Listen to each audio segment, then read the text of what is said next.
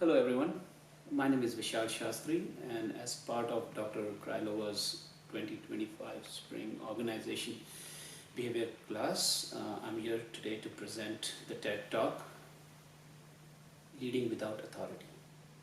This is based on the book by Keith Frazier, who is the founder and chairman of Frazier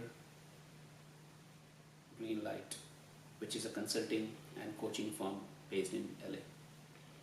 Keith and his team closely work with several companies such as Apple, Google, DocuSign, etc. in order to, for employees and the company's transformation along with providing innovation. Keith is a graduate from Yale and Harvard Business School. Now, this book presents step-by-step guide to co-elevation. It's a new way of collaboration that drastically improves the results for everyone. Leading with authority. Why do we need and what is leading without authority?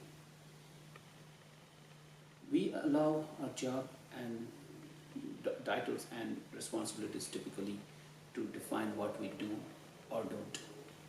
Even managers tend to think themselves they are limited to be a leader for those who report to them or to ones who they report to.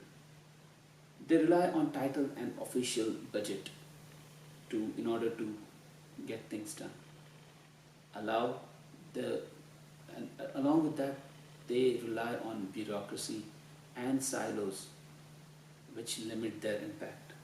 In reality, do we really need these titles and responsibilities? Or we don't need a formal title or direct reports to be a leader. Over the period of years, Keith and his team has done a lot of research and testing in order to prove that how an effective informal leadership can be attained. Co-elevation.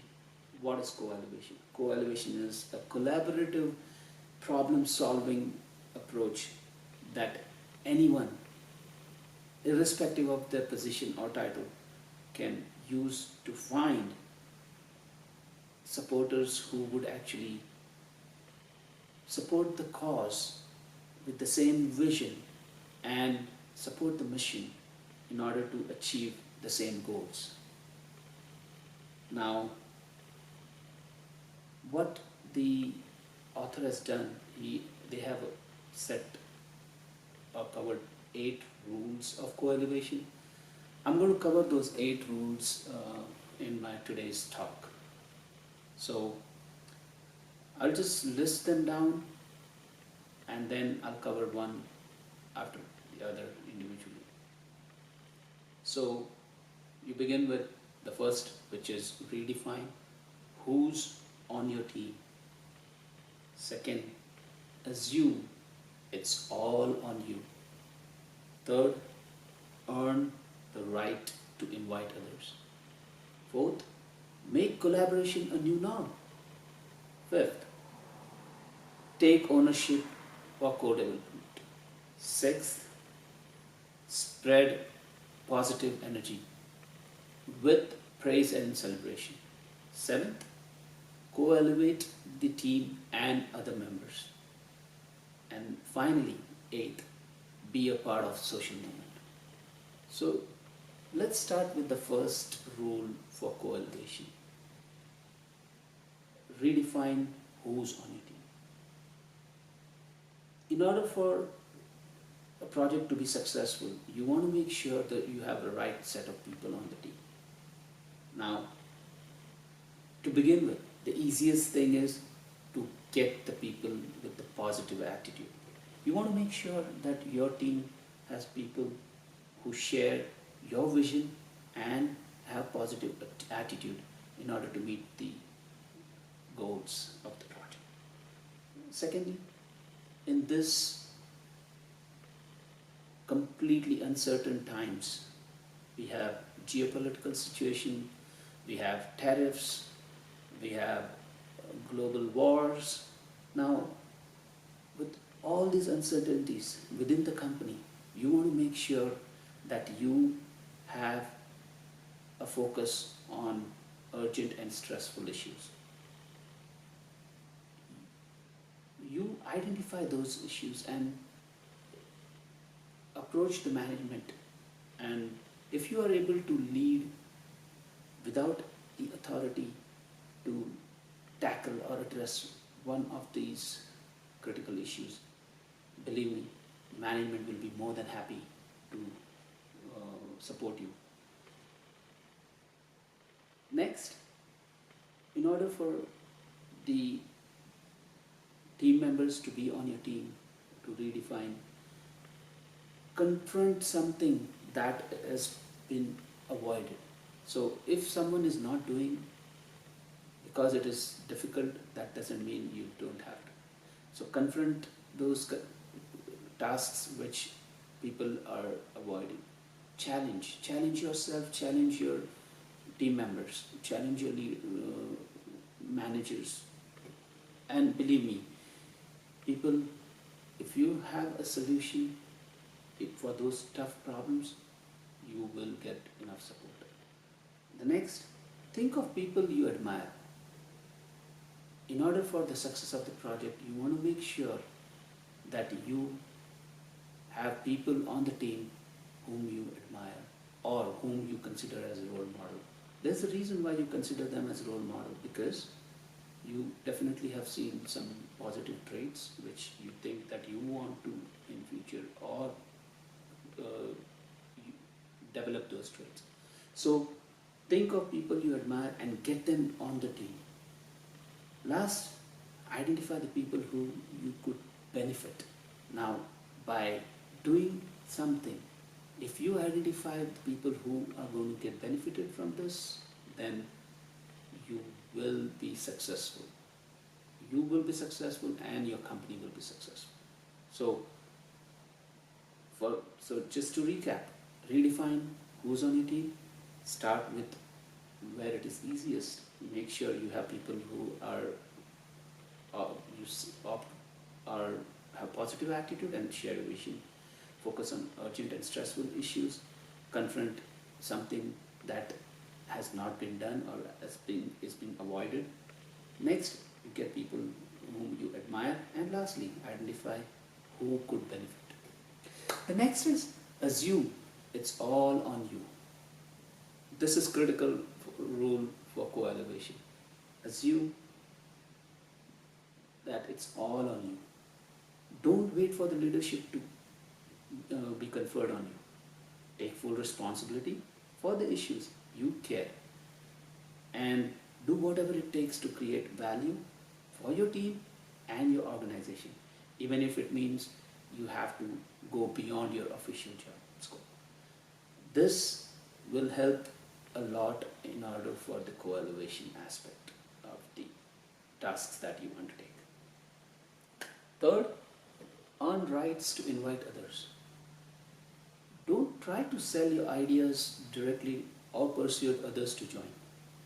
Earn the permission to lead by serving, sharing, and caring of others.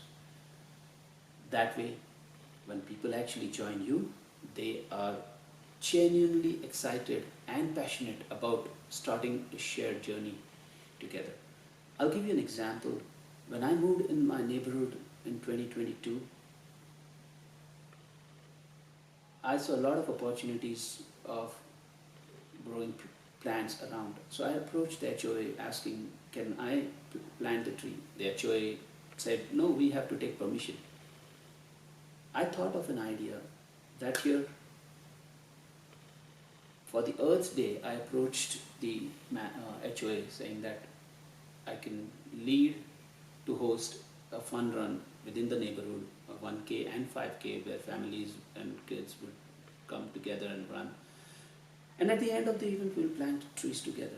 Now, believe me, 4 years, 3 years from now, this year, we will have our third fun Earth Day fun run. And we also grow trees around the neighborhood. So I actually earned the permission to lead by serving, sharing, and caring for others first. So make sure you earn the right to invite others. Next, fourth is make collaboration new now. Uh, Don't just use co-elevation as the last resort when you can solve your own problems. Develop a deep collaboration with others or other team members, whether internally or externally, and that collaboration will take you to places. Another example that comes to my mind is I lead my company's MS-150 team. For MS is multiple sclerosis, and it's a MS-150 is a annual fundraiser bike ride where 6,000 riders participate and ride from Houston to College Station, raising in 2 days and raise close to $10,000. Sorry, $10 million. So collectively, the vision is to ride, but ride for a cause. Now, we were always limited with the budget, and especially our management would struggle to approve the budget required to host this event for our company to participate. I thought of collaborating with our sister companies because we are owned by Aramco. So I approached Aramco and Motiva, and this year we have Aramco and Motiva as part of our team. It's happened. And with that collaboration, I solved the issue of the budget. I managed to get more people on team. Since last 3 years, we have managed to go from 15 people to 26, and now this year we have 36 riders. And each year we raise, last year we raised 28,000, this year we are going to raise $50,000. So collaboration, make collaboration as a new norm. Only then you can co-create new breakthroughs regularly and consistently. Fifth, take ownership of co-development.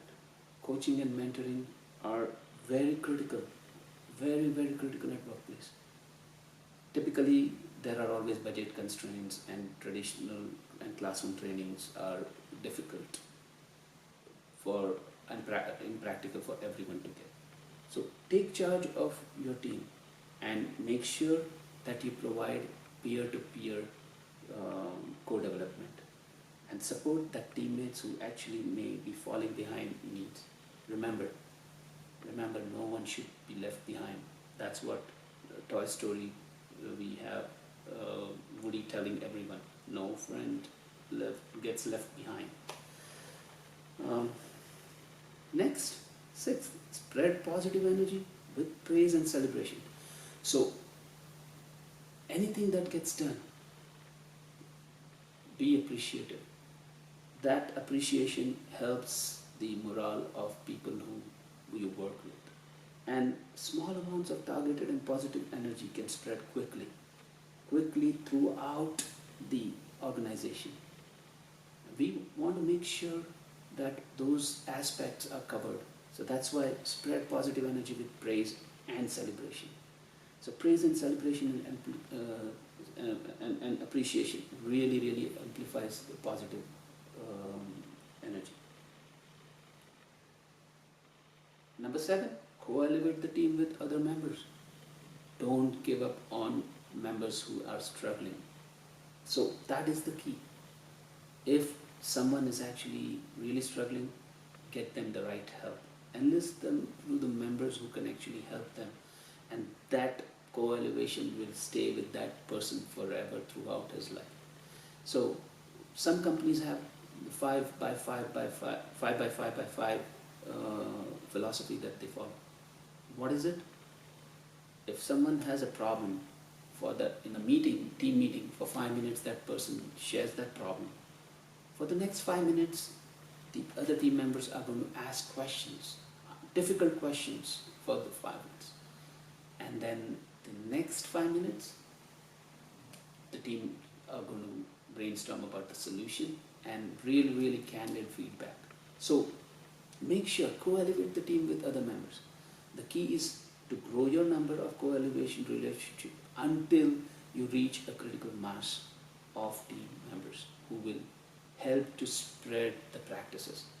Once you do it for one member, that member will, it's a chain effect, and that the benefits are tremendous. Lastly, number 8, be part of the social media movement. Keep applying the practices which are covered and improving the co-elevation skills and teaching others to do the same. If you do this, your team members along with your company is going to really, really be successful. In the process, you will create a cultural transformation within and beyond your organization. Thank you for your time, and have a good night.